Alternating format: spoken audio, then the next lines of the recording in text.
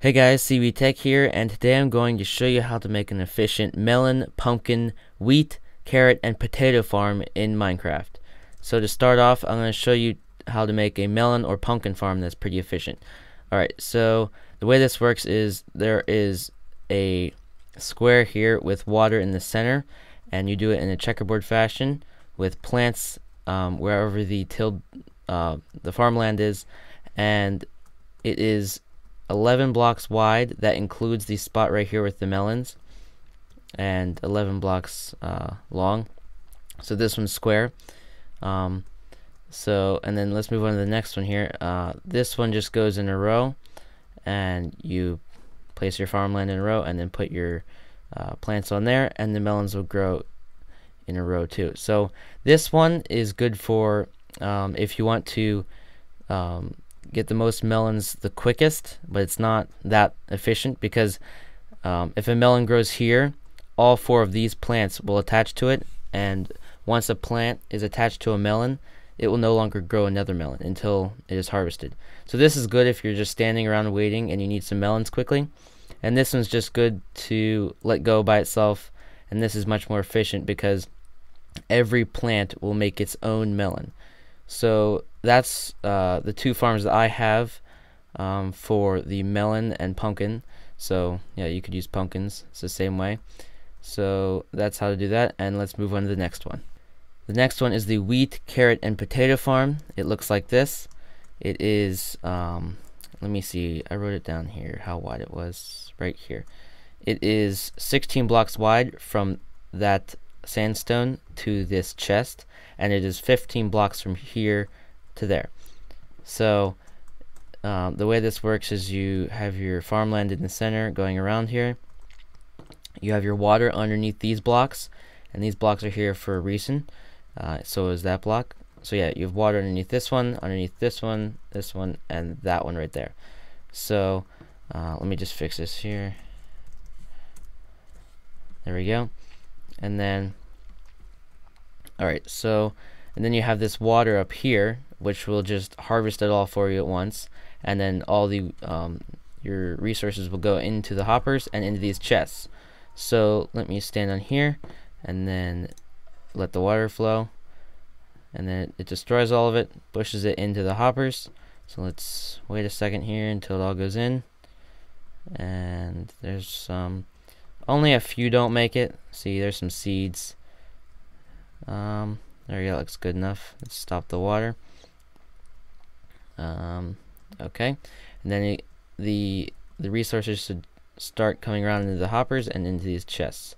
So as you can see, that's filling up here. So yeah, whenever you're building this, you need to start building the hoppers from the chests going all the way around. I have this half of hoppers going into this chest and the other half going into that chest.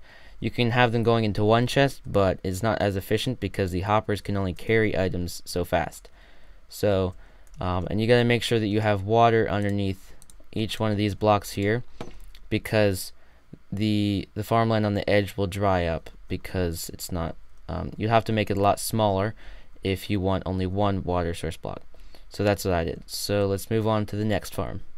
Okay, so the next one here is an automatic melon or pumpkin farm. So the way this works is you have a melon right here whenever it grows from this plant, and the piston will break it and it will fall into the hoppers and it will go into the chest. And I'll show you what each one of these does different than this one.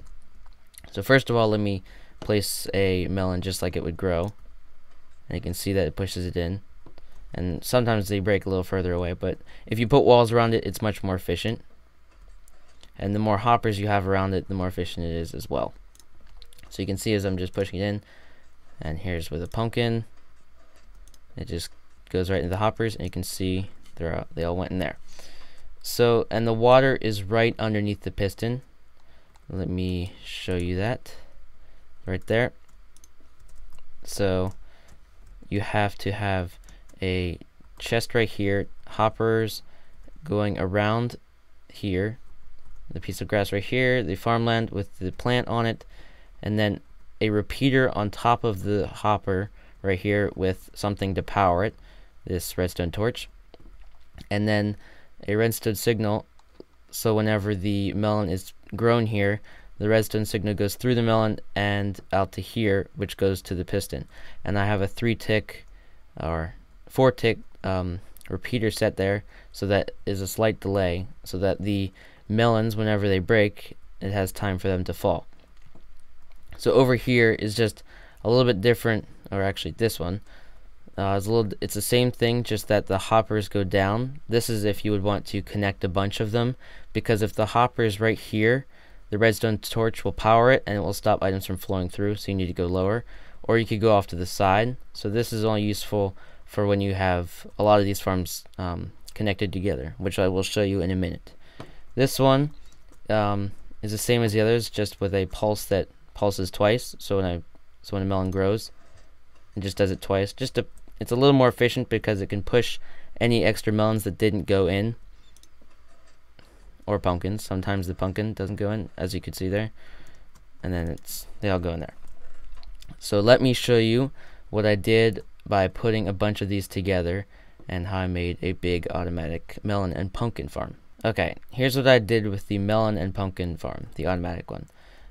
This side is pumpkins and this side is melons. So up here you can see I just put a bunch of them together.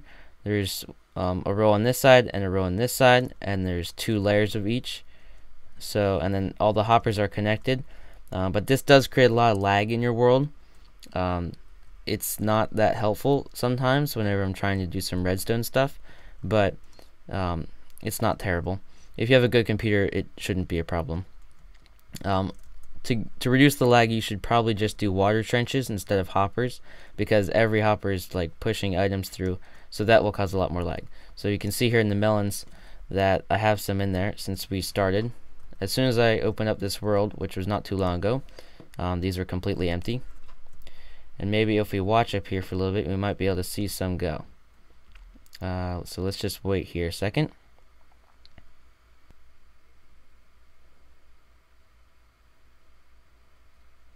Okay, right there, that a pumpkin grew right there.